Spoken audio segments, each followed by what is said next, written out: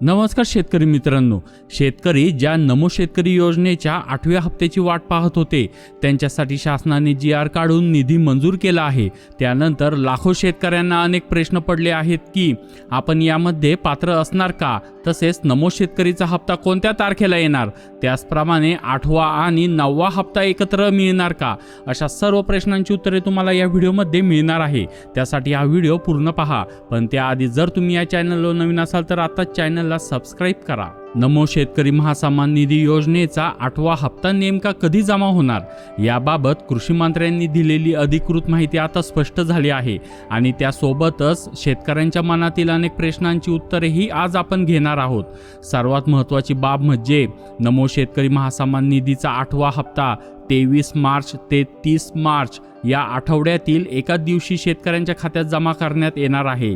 PM किसान योजनेप्रमाणे आधी तारीख जाहीर करून थेट खाते वाटप केले जात नाही। नमो शेतकरीमध्ये पद्धत ही वेगळी आहे।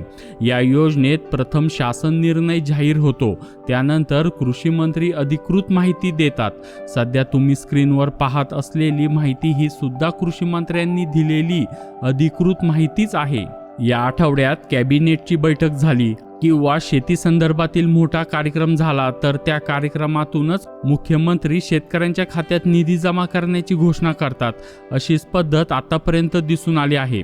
आता शेतकऱ्यांचा दुसरा मोठा प्रश्न म्हणजे 8वा आणि 9वा हप्ता एकत्र मिळणार का, तर नाही, दोन्ही हप्ते वेगवेगळे मिळणार आहेत।